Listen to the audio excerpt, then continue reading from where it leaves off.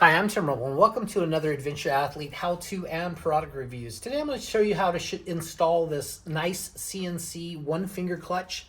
Thing works amazing. I've done a product review on it, but one of the number one questions I get is I've installed it and I have no clutch lever. The clutch lever's flopping back and forth. So let me show you what the common mistake is.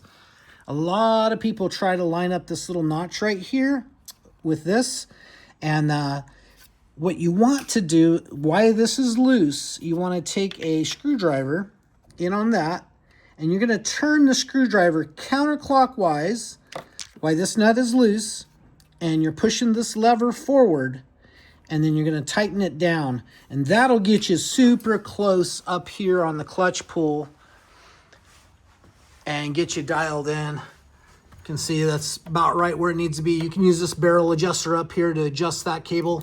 But now that's what your clutch should snap and feel like.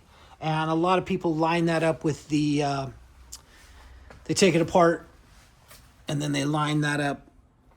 Matter of fact, if I come over here and loosen this, you'll see that snap. So watch that right there. As I loosen that up, did you see that move? That's what most people do, is they just put it on and then they tighten it down. So we'll tighten that back a little bit, but you can already see that there's free play in there.